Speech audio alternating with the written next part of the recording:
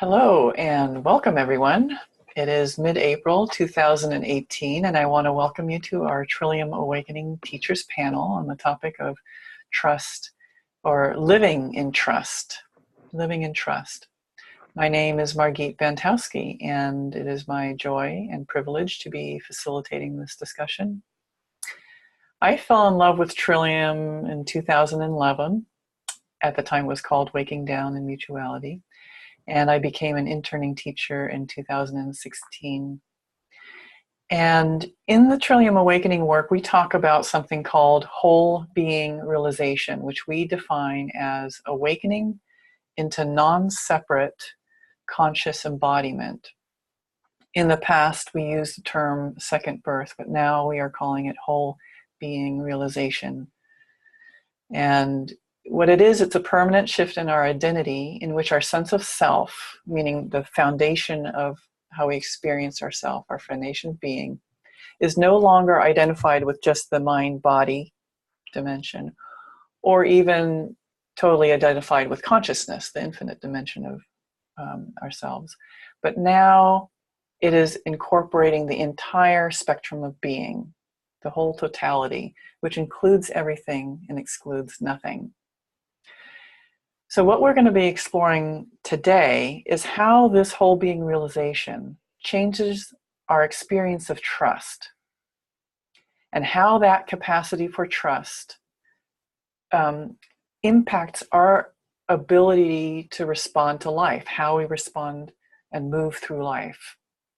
With me today are three wonderful and gifted teachers who will help illuminate what it means to live in trust. And I want to take a moment and introduce them to you now. And I'll start with Sandra Glickman. Hi, Sandra. Hello, Margit. Sandra lives in Fairfield, Iowa, and has been part of Trillium Awakening a long time and is one of our most senior teachers. She began teaching in 1997, which is over 20 years ago, when this work was called Waking Down in Mutuality. And in addition to working directly with students, Sandra has been central to the process of training those who want to come to leadership, like mentors and interning teachers.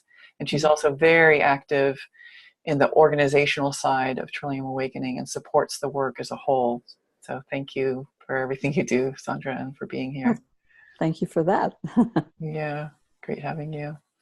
Next, I'd like to introduce Elijah, who lives in Rockville, Maryland. Elijah is in his mid-30s, and as such, it makes him our youngest Trillium teacher right now. And after many years of exploring lots of different spiritual paths, in 2010, after finding Trillium Awakening, then known as Waking Down, Elijah had the realization that he'd been looking for so long. And Elijah became a teacher around 2014.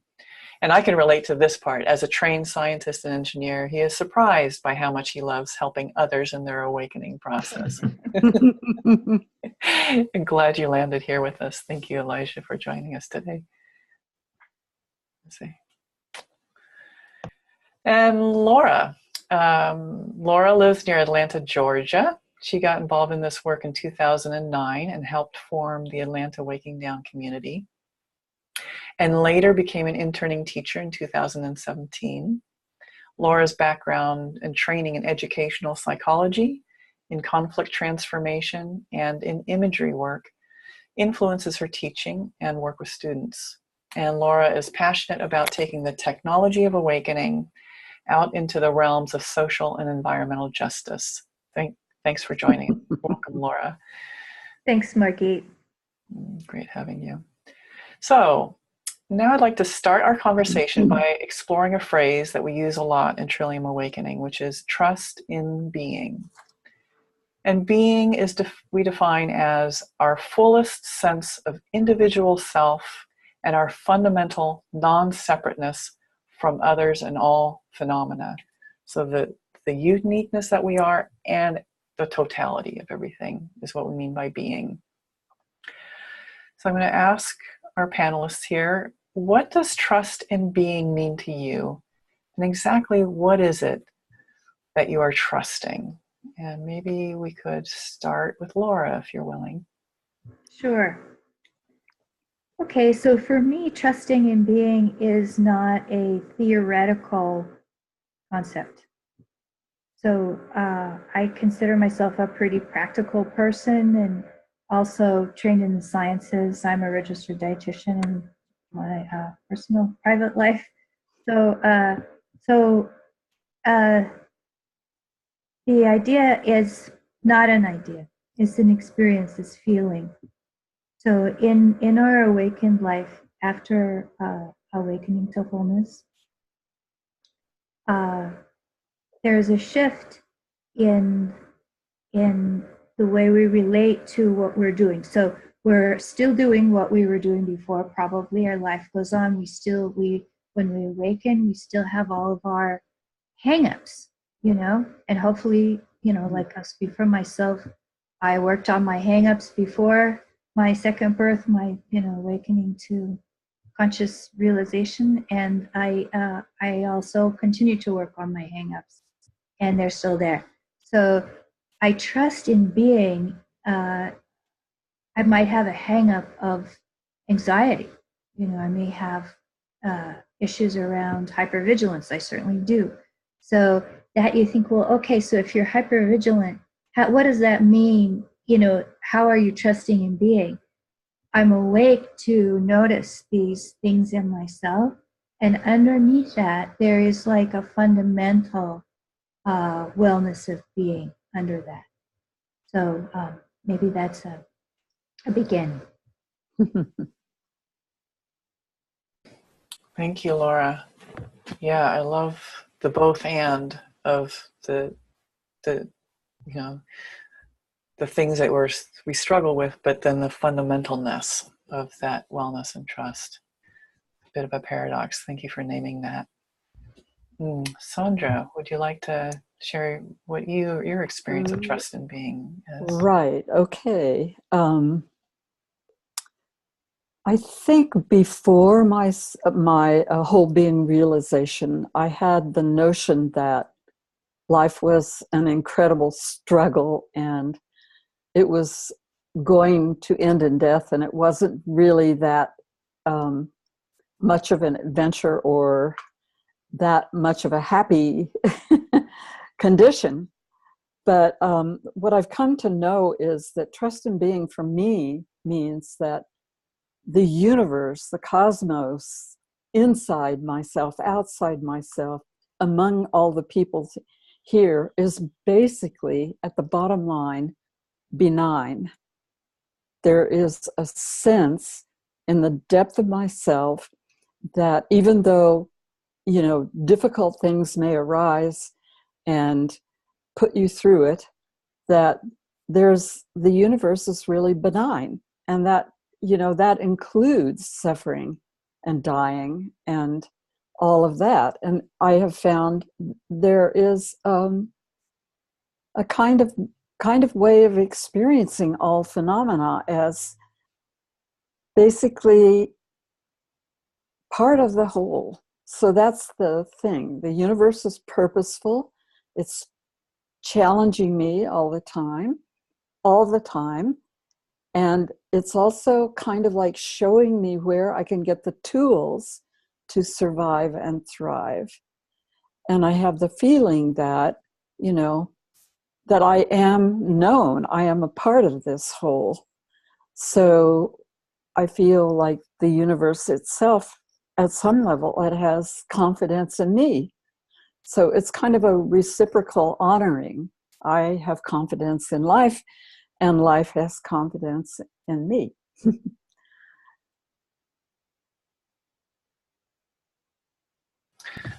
Beautiful. I've never heard that reciprocity articulated. I'm really letting myself feel that. Thank you. Good. You're welcome. Yeah. Thank you. Elijah, would you like to share your experience of trust in being? Sure. So I'm not seeing myself in the center. Is that normal? Or okay, cool. So it's interesting, this phrase trust in being, because it's almost like I'm a separate actor trusting something outside myself. Mhm. And in the realization, it's like, well, I'm being, I'm trust, I'm, myself as an individual, then everything. So there's a way it's kind of like trust in myself and in the, I guess, flow of information or next steps from the larger universe to myself as an individual ego. And also just not just like steps, but also support and nurturance and strength and resilience and so many other things. So there's a way that I kind of trust that the totality of everything will support me with doing whatever my part is to do. And this, and I know the focus is on activism. So in terms of, you look at the world, it's like, oh my God, like there's some things that are like, breaks my heart, like they're terrible. Mm. And then if you look across times, there's a lot of things where you look, it's like, wow, that's actually looking a lot better. And if you look generation to generation, there's more inclusiveness, more people are concerned about the environment. So it's like there's the trajectory that I trust. And then also as in, someone in, trying to change the world in a way to make it more of what I want and what my heart desires, I feel like we are given this part to play and are supported in it, but it's not ours to do as an individual. It's the whole doing the whole thing, or being itself. So but we have our role to play that's uniquely inspired and informed by being. So that's what I have to say for that. Great. Thank you. Yeah, I can feel as I listen to you the paradox of being embedded in the whole thing, like trusting the whole thing evolving, and I am not separate from the whole thing that's evolving, and yet I play a part, like that, embedded and yet participating. I love how you're illuminating that. Yeah, and people often want to go to one or the other, where it's like I'm the Lone Ranger going to do it all, or well, I can't do anything. Let's just let God or being or spirit take care of everything. But it's actually a both. Mm-hmm. Mm-hmm. Yeah, thank you. So that kind of weaves, that's a perfect segue to the sort of next deeper inquiry that I want to bring us to, which is around, what does it look like to live in trust in this way? We say trust in being, here's the definition from our foundation course. It's a fundamental surrender to the perfection of the universe, including everything we don't like and we don't understand. Trust in being is a stage of grace arrived at not through thought or will, but through thousands of experiences of surrendering our resistance to what is. So what does this look like? How does trust being actually expressed as we engage life, as we make plans and make decisions, as we engage in relationship and conflict, as we play and create, and as we respond to the suffering we see around us, and how does it fit into self-care too, responding to our own suffering. So, Sandra, do you feel to kick us off on that? Yeah, I could say something. We'll see. What does it look like? Well, to me, it looks like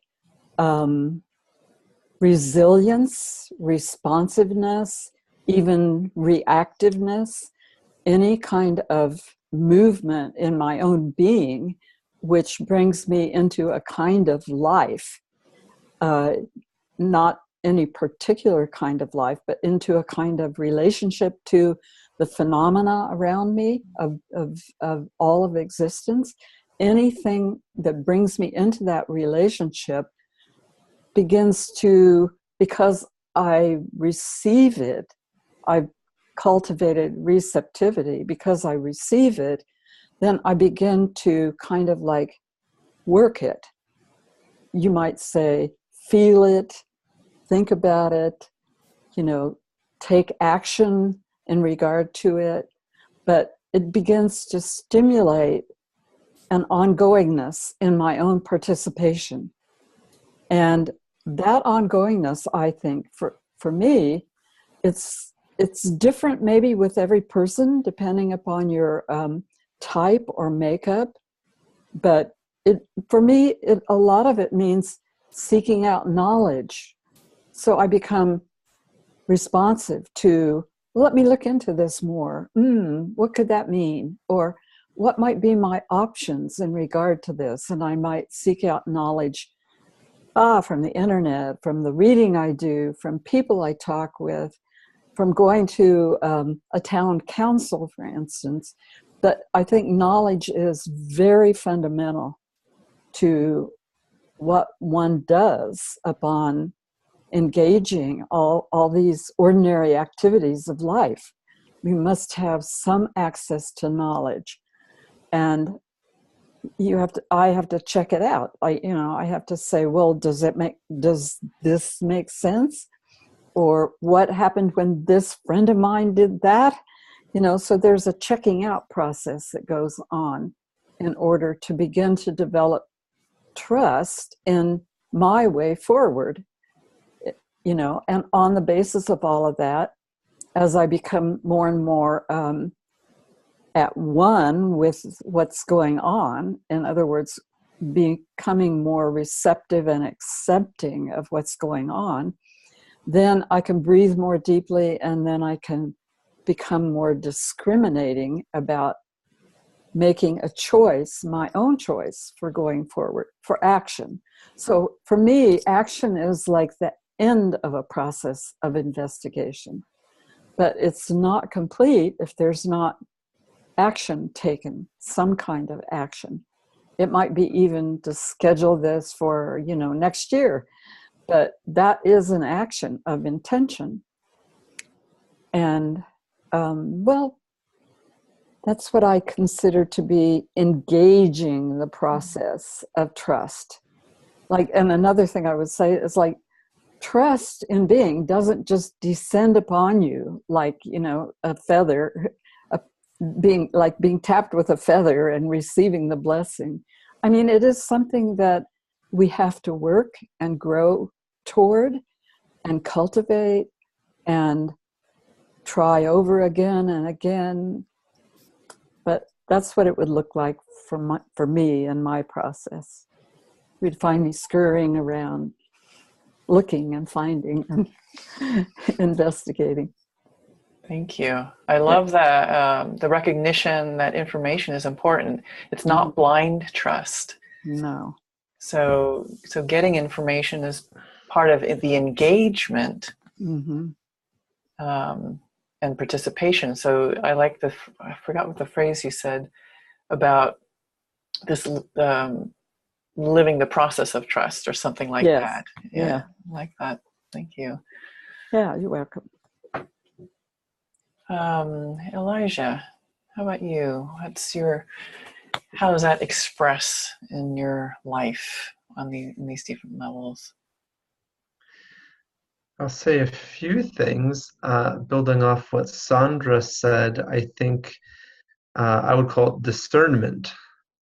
About among the myriad of choices or directions or steps I could take, there's a process of, I guess I would say, building trust in being, or just okay, well, I'm having this impulse now. Is that kind of an impulse of being? Does that actually feel right for me? Well, I'll try it. And I work with students. That's what I encourage. It's well, why don't you try it out? This seems right. Try it. And I think it's kind of like a sense similar to hearing or smelling or seeing, where it gets refined with basically trial and error. And so it's not like you're saying blind trust, where it's oh, well, I'm just going to trust in being and bam, I'm just going to know what to do. It's more like developing a new sense or a new way of going. And I think one thing that can happen during this, or one thing that's a clue for me that's probably an impulse of being, is if it's something I wouldn't have thought of otherwise, where it's just oh, I'm doing this, feels really right. Okay, I guess I wouldn't have thought of doing that otherwise, but I guess I'll give it a shot. And then, there's I feel like there's also a positive cycle where, there's kind of like a trust, a checking, and then a building, and then there's often, you know, I don't know, I call them gifts or benefits or blessings or something that comes from it, from being in alignment. There's can be relaxation, peace, fulfillment. There's like a lot of clues along the way of like, oh yeah, I did this thing that was kind of different, and how did it feel? Or I grew into more myself. And so I think it takes some time to refine and develop, but with the whole being realization, there's an increased capacity for doing that, even when it looks like what's something that's unexpected. Yeah. Yeah, the surprise factor and the willingness to, lean in to where we're being taken somehow. That cooperation with the movement. I love that. Yeah, thank you. Laura, how about you? Yeah, thanks, Elijah. I'm glad you brought that in about the prompts of being, because that's kind of what was up for me. I was thinking about talking about prompts of being and how we learn to trust it. So it's a relationship, we are having a relationship with being, and we do ask, well, gosh, I'm feeling fearful. I'm worried about this. Well, what if I trust this situation? The situation isn't what I was hoping for, or maybe it's really great. Maybe it's more than I was hoping for, and that's a little bit scary. So it's a kind of a dialogue with being. And I really liked what Sandra said about, let's see, how did you put it? Like being trusts us, like being trusts me, and I'm seen. I'm seen and I belong here. I have a role to play. And I think as activists, I want to speak to something that there's a tendency to burn out. There's a tendency for activists to get extremely overwhelmed and discouraged because of the enormity of the problems and the things that that we face. So the thing that I'm trusting in, this is a shift in knowing myself to be sort of a hologram. We inter-are with everything. So it seems like maybe this thing that I'm deciding to do, just for example, say I'm going to really work with a small group of people, and well, what good is this? Intellectually, linearly thinking, how much difference can this make? But working with this small group, and if that's what I'm prompted to do, and seeing them grow and seeing the shifts, this actually has much more of an effect than what I might have thought.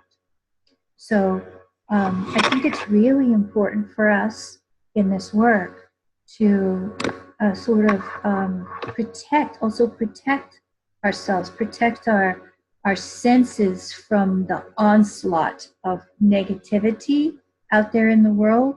Yes, there is all of that. And I am a limited being. So limited, this sort of rub between the limit, my own limit, and my unlimited nature. I need to protect this physical body by not taking in everything that's on the news or every bit of environmental damage on the other side of the world, because that's not in my sphere of influence. Does that make sense? Totally. Yeah, I love that. The generosity of care extends to ourselves, and the trust that goes there too. Can I trust this is as much as I can do? And can I trust this is what I feel moved to do? I feel like working with a small group. And so this question of what's enough, part of the whole being realization and feeling the magnitude of the entirety for me is the capacity to continuously rest in that frustration of being limited in the field of this unbounded field of everything. And part of the trust then becomes, well, can I trust myself to, what am I drawn to do? Do a small group, take care of myself. Today I need to take a nap. I can't do one more blog post or whatever. Can I trust my own impulse to self-care? And can I trust that life can handle me taking care of myself? And yeah, over time you realize, oh, it's okay. It's not the end of the world if I really listen and honor my limits. And it's really quite liberating to give ourselves that, not knowing. In fact, that is part of the solution. In other words, we're not separate. So this self-care is an extremely important part of our activism. It makes a big difference. So I'm wondering, we've been sort of talking in theoretical terms. I'm wondering if we could maybe share an example of how trust is playing out in a situation in our lives. I could just do a really micro one right now. As I was preparing for this panel, I have my cheat sheet here, and I have my script, and yet there's a quality of, I'm going to trust whatever unfolds and trust my ability to respond to curveballs if they happen, or technological glitches. And so if something goes quote unquote wrong, there's a way that I trust, that's interesting, that's curious, look at this is what's happening, how can I respond to that? There's a sort of a spaciousness around it, and holding plans lightly somewhat. But I welcome other examples. Just raise your hand if you have an example of specific. Elijah? Yeah, I just had, I guess yesterday I acted on it, but in our discussions within our circle, there's some topics up, and I felt like there was a important but potentially unpopular position to take. And I was just sitting with it, and I was kind of feeling like, I don't really want to be the one to express this, but then it felt like there is this rightness to doing it. And so I kind of wrote and posted something, shared something yesterday about that, and I could kind of feel my fear and my resistance, and my fear of belonging if I'm doing unpopular things, and that was all true for me. But then at the deeper level, it was like, yeah, in terms of me building my own resistance and standing firmly in my truth in the midst of things that, who knows, maybe people actually all agree with it. I don't know. That hasn't really happened. I haven't got feedback, really. But I kind of got the impulse and went with it. And then it was kind of the positive side was, wow, I kind of persevered and was in a group I feel comfortable with largely, which is a teacher circle. I was able to be a bit daring and to be outside my comfort zone, and we'll see in the weeks unfold whether how it lands for everyone else. Yeah, you make a good point, and that reminds me what Sandra was saying is like the daring, the leaning in, there's something about that trust that gives us a doorway to really engage more and be authentic and express, let things be expressed through us, and dare to put it out there. Yeah, one of the best benefits, in my opinion, of the awakening process is resilience through just being so much, there's so much spaciousness and all that is, and that can really make navigating the turbulence of my individual self's ups and downs so much better than it was before. So it's really, really extremely helpful.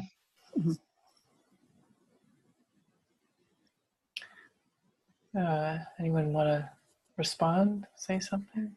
Yeah, Sandra. Well, building off of what Elijah has said, what I find to be incredibly supportive and nurturing and empowering, I've been I finally, settled myself down and committed to a regular meditation practice for the morning and the evening.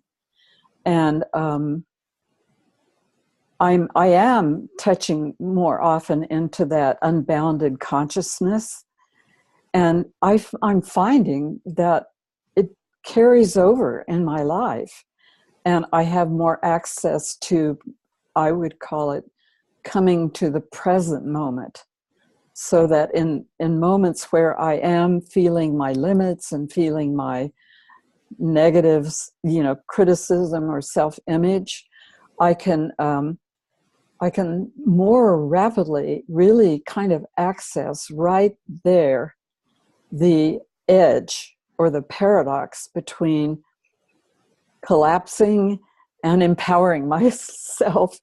And it's been much easier to do now that I've committed to a regular practice.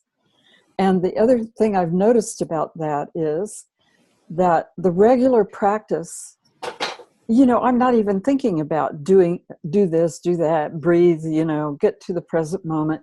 But as I just go about my life, like the life is reflecting to me with a lot more scintillation or charm or engaging, invitation. Like, so things are brightening up without my trying to do anything. And I can recognize that, somehow the more that I have made that commitment in being to access all of being, then it's returning the reward to me day by day, moment by moment, much more regularly. And so we kind of fall into a pattern in our work, I think, where, I've achieved whole being realization, and we're kind of like in the rush of the empowerment of that, and we're kind of like really into doing mutuality or engaging things actively. And a lot of our recommendation has been, well, drop your practice of meditation and see what happens. And in other words, we say that to overcome an old pattern, I think, of being too rigid. But now that I've gone back to it, I can reaffirm the value of my giving my attention and energy to being, and it's returning it to me in a really brilliant way. I love it. Okay, that's not exactly a particular example, but an example of trusting that this relationship with being is a give and take. It's a back and forth. And it's ancient knowledge, really. Usually, we have said, you do something, you work hard, you invest your energy, you work to the point of exhaustion, to the point where you're giving up. And then you say, okay, I'll just live my life. And then suddenly, wham, a new insight, a new energy invades you, and you're off with a new perspective and a renewed life. So that's my example, renewing my relationship with being by committing to meditation. Thank you.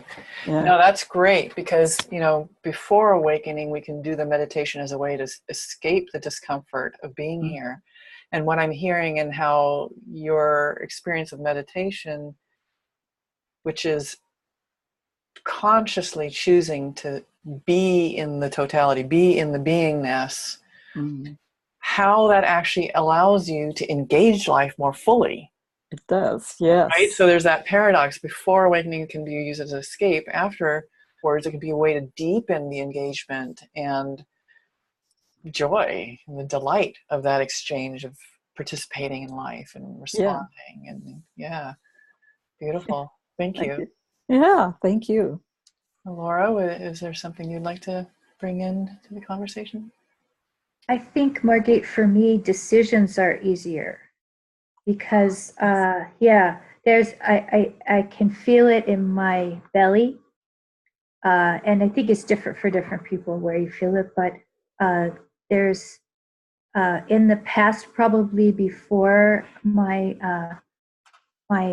awakening, I would say that I might feel all these things, but I didn't trust them, and I would have to make it would have to make sense to me. I have to make the list, the pros, the cons, figure it out.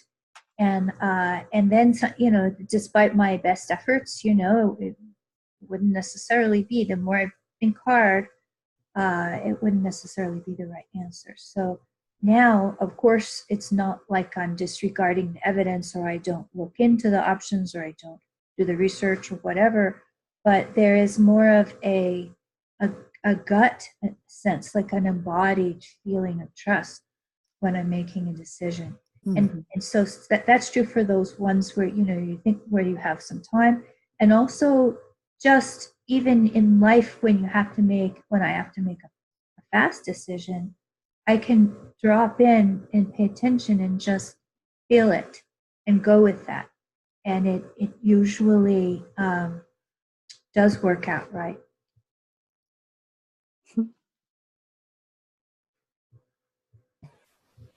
Yeah, I love that deepening of the discernment and being able to find the compass and navigate in that more alignment.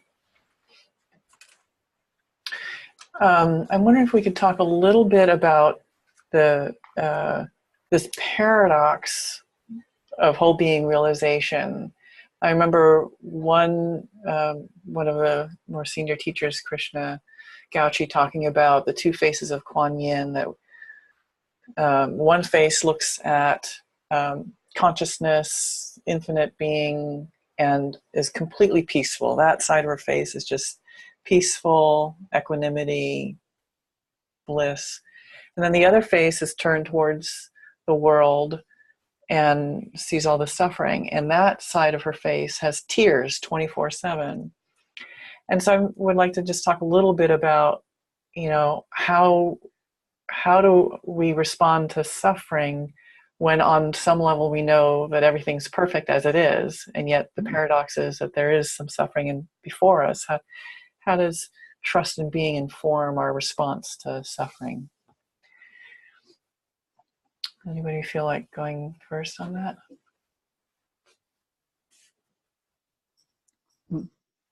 Sandra? Yeah, well, I would just say the more that you live, the more that you explore your experience, and the more you come to know yourself more completely, the the assets you have and the deficits you have in whatever situation you happen to be in, the more that you have explored and encountered all of yourself, not just your demons, but your talents. A lot of people leave out their talents and their assets. So the more that you know that, and that you can hold yourself in the habit of coming to consciousness, present consciousness, the more you can do that, the more you know other people. The more you know other people, you know the person in front of you, and you know what they might be experiencing, because it's not incredibly different from your existence as a human being and as a divinely human being. It's very similar, and you become more and more convinced of that, and your heart opens spontaneously so that you don't even have to think, what shall I do about suffering? It's like there's a movement to minister to the other who is not other from yourself, not other than yourself. And that's what I find is just like in the moment to act. And it doesn't always mean to be act with, kind sweetness. I've found myself sometimes that it means to bring something that the other person might experience as confrontation. And that is also taking your part in the whole unfolding of the universe, so that sometimes it's important that the real feedback that is needed is to remind the person in front of you of the limits. And actually, many times I've had it expressed to me, thank you. I like knowing that you see that and that you are kind of like reflecting to me another way of looking at this. So what am I saying? Feel like I'm going everywhere, but well, you're pointing out that responding to suffering isn't all, sweet, and that responding to right. suffering can look a lot of different ways, and I really appreciate that. Yeah, it can call forth the warrior in you, to say, get a grip, come on, let's get with it, and I'll help you do it, and we can be together in this.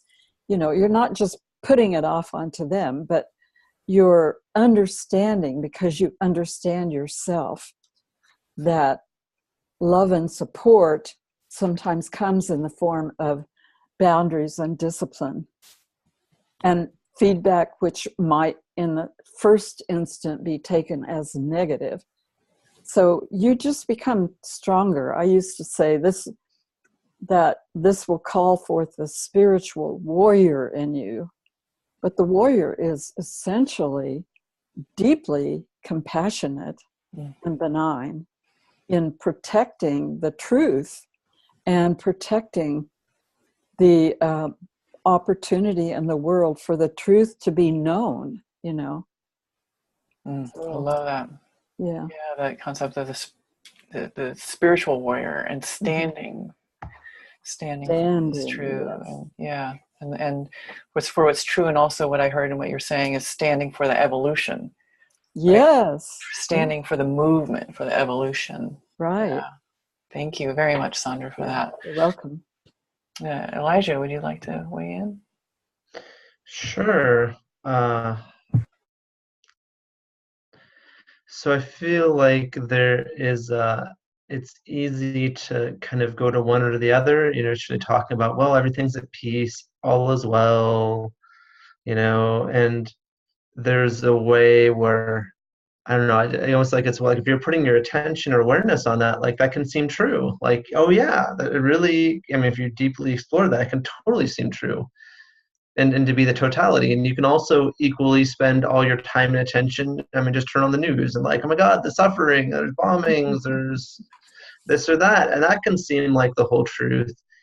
And there's, I think, value in both, or like they're both true sometimes in the same, and you can kind of notice them both, or it's kind of almost maybe like the yin yang thing where, you can either have one or the other or both at the same time. But I think avoid getting lost in the intensity and overwhelmingness of the suffering on the world, having one foot in the spaciousness and whatever is so incredibly helpful. And I don't remember who mentioned burnout, but like for activism, so easy to get burned out because it can feel like the suffering is endless. And in a way, yeah, it is, but also the wellness is also endless. So how do you have awareness of both of them? And just like if you can also get stuck in the wellness and then wait a minute, look, there's all these people and in the world who aren't in touch with this, and it's heartbreaking, oh my God. And so in the middle of all that, then there's like, what's your duty with your attention, your awareness, your acts in the world? How can you I don't know, manifest both, and in compassion in whatever way it looks like, the warrior or the holding or whatever. And that's where it's like a mystery. It's like, what's needed, what's mine? And in my experience, I often don't really know until that's happening. That's like, okay, well, it seems like this is called for me, and can I deliver it now? Well, I'll try, hopefully. Or if I don't, then hopefully I can then be kind with myself later. It's like, well, I thought I was called for that, but then I wasn't ready, right? And then I can be kind with myself. And then there's a wellness too. And, I'm perfect even though I'm limited. So it's hard to speak about paradoxes and nonlinearities, but I'm trying to weave the narrative of them being here together. Yeah, that's really, it's so hard to talk about, and yet it's such a pivotal shift And I'm wondering if you could contrast how your response to the world was different before whole being realization. Like how is this different? What does it give you to actually be able to live in that paradox of the perfection and the suffering? Yeah, probably the biggest shift I think for me was it used to feel more like an either or thing. I mean, or that's one of the things where I would kind of just feel like the wellness when I'm meditating, and walking around the world. It's like, oh my God, ah. And also a bit of this like, well, what's wrong with me? You know, because I would read stories about, I don't know, it's like you read spiritual stories about these saints and they're so perfect and never upset. And I look inside myself, and that's obviously the case. I get upset all the time. I mean, I get triggered, I get this, I get that. So there, probably the biggest shift for me was a lot of, I guess, letting go of unneeded suffering, which was just this self-judgment and like I shouldn't have limits. And if I had my awakening, then, you know, fill in whatever the expectations were for me. It'd be like I'd handle stuff better, I would do more, my emotional state would be this or that. And I think with the whole being realization of this process and this path, there's just so much more kindness toward myself and relaxation and willing to be with the messiness, and in a way that's more whole, because if you're just perfection or that's not actually everything. That's just some fraction of all there is. So it's not even one with all in a way. It's more like one with like nice stuff, or, you know, good feelings or what have you. Mm-hmm. Yeah, I feel Yeah. myself relaxing when you say kindness and the wholeness. Thank you. Thank you very much. Yeah. Laura, I'd love to hear from you. Yeah, I like that, Elijah. One with the nice stuff. That's what I want to be. Just one with the nice stuff. No, really. So after whole being realization, that I look where my circle of influence is, and focus on that, and I find it really. I'm able now to be with suffering in a way that I was not able to before. I'm able to sit with it and be with it without rushing to solve the problem, you know, as if I could, you know, as if, oh, you know, here she comes to save the day, sort of.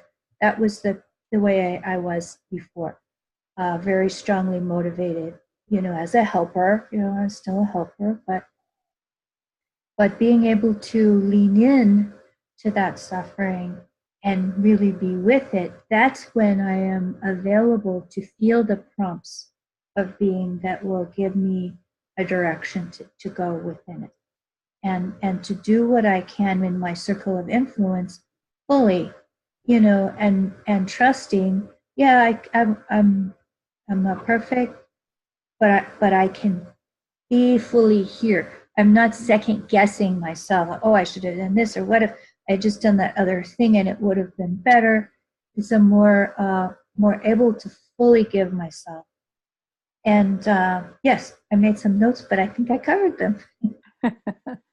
Actually, Laura, I remember you and I had talked a couple of weeks ago, and there was something you said then that kind of struck me was dropping in. You talked about the dropping in. Could you say a little bit more about that? Sure, yeah. So it feels to me like a shift where I shift and drop into effortless. Oh, yes, effortless. Yeah, and so that's, again, we're using words, and the words can't really describe it, but it's I drop into an effortless feeling where my body relaxes. And Elijah mentioned the relaxing into the. When I am relaxed, then I may do lots of things, lots of work, but it doesn't feel like such striving, such hard effort that I'm, you know, knocking myself out and I'm burning out, you know, working long hours or whatever.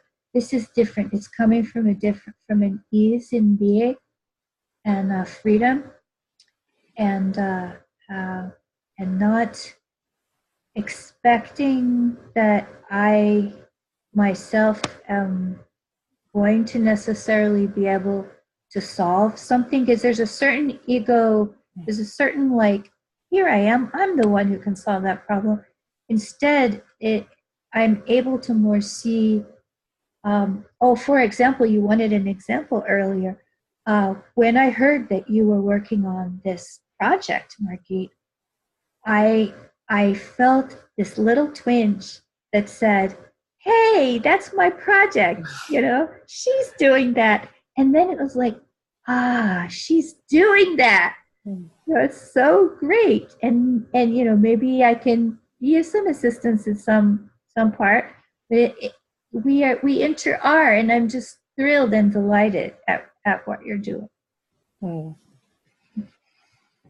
Thank you, Laura. I love that quality of effortlessness. And sometimes when I'm teaching and I'm holding a sitting with a group of people, when I can, sometimes I get anxious and my energy kind of goes up here. But when I drop in, like you say, and just really land in my body and in the totality at the same time, then there's this quality of movement with, rather than me forcing something to happen. Exactly. And that energetic of forcing or making something happen, that's how I oriented before my whole being realization. And I'm still kind of gently rotting out of that willfulness. And I love how you say it's an ego structure. I now call it playing God. I'm going to play God by, I know what's the right thing to do is what I should do and what needs to happen here, and I'm just going to force it. That whole drivenness energy is what's, I think, unsustainable as people responding to the suffering we see around us. And it's unsustainable as a way of being and creating and interacting with life. I think actually that drivenness is part of why we're in the predicament that we are. So I love that this dropping into the effortlessness really is the doorway to a whole new way of being, a whole new way of creating and collaborating and participating without holding the whole world on our shoulders. We are embedded in the whole thing that's unfolding, and can we play our part and take our stands and then surrender the outcome to the whole evolutionary movement. So anyway, I just thank you for saying that. I needed to feel that in my body, that effortlessness and the prompts that come through when we're really relaxed and connected to the moment, like Sandra was saying. So we have just a few minutes left. Maybe we could you could each do a closing comment. Laura, would you like to start just a closing comment? Okay, so there is a way in which spirituality has been kept separate, in our culture, maybe in everybody's culture. There was spirituality, and then there was your everyday life. So the innovation in our work, I believe, is recognizing that there's many innovations actually in our work, but it's all together. There's a spiritual up there, something, that's high in the sky thing where I meditate and I'm very serene. It's more like, this is it. This is it. So we, and it that we see is much bigger and more nuanced and richer than we saw before our whole being realization. So I guess I wanted to just call attention to that. Beautiful. Thank you. Thank you very much. Yeah. Elijah, would you like to make a comment? Yeah, I want to say that there are things, especially for people who aren't familiar with this path, or maybe we're so busy doing things in the world that's like, yeah, can I really slow down to do this awakening thing or meditate or whatever that is, and that it's really just worth it. I mean, there's things that are possible in terms of easefulness, effortlessness, and balance. Oh my God, balance for activism is so important for the burnout and all those other potential challenges. There's just so much that's possible that a lot of people aren't in touch with, and So yeah, I mean, I feel like my heart right now is just like wanting to call people who, resonates for this to come try this out through this or whatever other path, but find balance. Because I mean, I'm so grateful for people who are doing the activism now. So deeply, deeply grateful and feeling so much love and appreciation for you. And I want you to be well too. I want you to have a vibrant life, feel balanced, to not be burned out. And I hope you find that. In my heart, I really, really hope that for you all. Thank you. Thanks, Elijah. Sandra, any closing comments you'd like to offer? Right. Well, a closing comment is thank you, Margit, and welcome to all the people out there who might choose to listen to us and hear us out. And I've greatly enjoyed hearing what my other panelists have had to say. And what I notice, the word that's coming to me now is, the world is actually disposed toward liberation. And it's a thing, it's a term, a word that I learned a lot about, and I have a completely different idea of it now, that the universe is purposeful, and it is, I think the Buddhists like to say self-liberating, but I have a new idea of what that means, just sitting here listening to you all and thinking that every person is liberated actually in a different way. And like my personal, encounter right now with myself is, I've been a kind of tight person all my life, being careful, counting the pennies, looking at the budget, like kind of being conservative and tight. And now I can feel that pattern, that old pattern, that who knows where it came from. Maybe because my parents grew up in the Depression. But there's an opening up of my personal wound up feeling around expressing, giving outward, letting money go, sometimes buying something that turns out to be a big mistake, and not like, it's okay, let it go. But there's not even a thinking like that. There's just a kind of like, I'm here for this exchange. And the exchange is liberating everything and everybody, like, anyhow, that's what I thought of. But the other thing I want to say is I think one does have to plug into a certain, method, a certain philosophy, a certain proceeding forward, a certain relationship of people in order to get the transmission of the liberation. It'll come more easily if you're plugged into a method and a group and a philosophy. But even if you're out there working on your own, you will be liberated. That's what the universe is about. That's what the goddess is doing, creating all these, complexities and configurations, and then like letting them all go. Anyway, that's what came to me. Is that all? Yes. I love that. I love that sense of liberation. And that's sort of my experience of having been in Trillium as I integrate the constricted places that have been bound through conditioning and trauma. There's this natural desire to participate and offer myself. Yeah. And it's not the heavy-shoulderedness of service. It's, here I am. I want to dance with the universe, and offer that possibility to all beings, and I just love that. That's very inspiring. Thank you, Sandra. So in closing, I'm going to attempt to remember a poem. Oh, wait a minute. I have it right here. It's stuck to my wall, and so maybe I'll just do it anyway. The poem is called The Lover. It's an invocation. Tear down this house. That first line is from Rumi. Tear down this house. Jump into the fire of this raw, real, present tense dance and embrace it as the divine gift it really is. Throw away all your straitjacket dreams of safe worlds and metered days.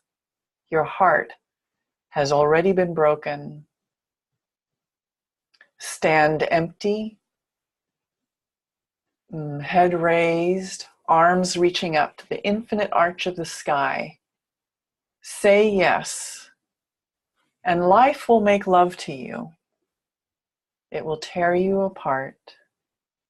It will give you back yourself with a capital S and change you forever. So thank you all. Yeah. Love that poem. Thank you. Thanks. All right. I want to say if you're interested in more information about Trillium Awakening, just go trilliumawakening.org. And all of the teachers here have their own webpage on that on the teachers tab. And you can work with any of us if you wish, or just check out all the 40 plus teachers that we have in this amazing body of work. Thank you. All right. On the count of 3. Bye-bye. Bye, everybody. Thanks, Maggie. Yeah, thank you. Bye-bye.